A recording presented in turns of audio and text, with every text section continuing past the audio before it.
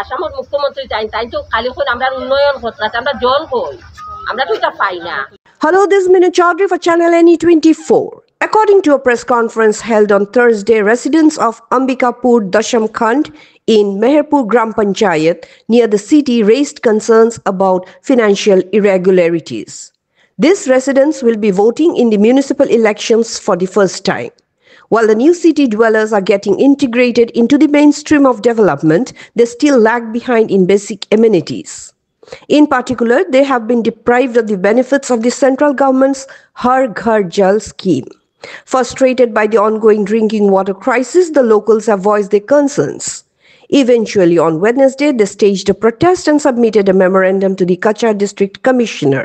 The people of Alitikar have been suffering for a long time due to lack of access to potable water. For more news and updates, subscribe our channel NE24, YouTube, and follow us on Facebook page.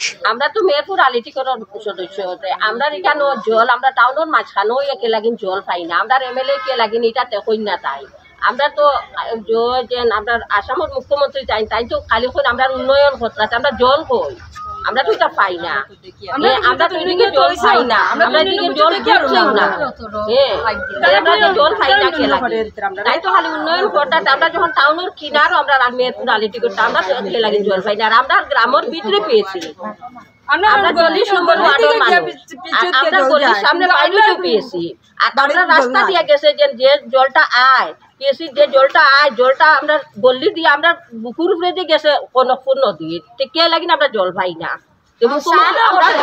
MLA এটা দেখই না কে লাগে আর vote দেওয়া নাই ওই MLA voter দিতাম না যাও।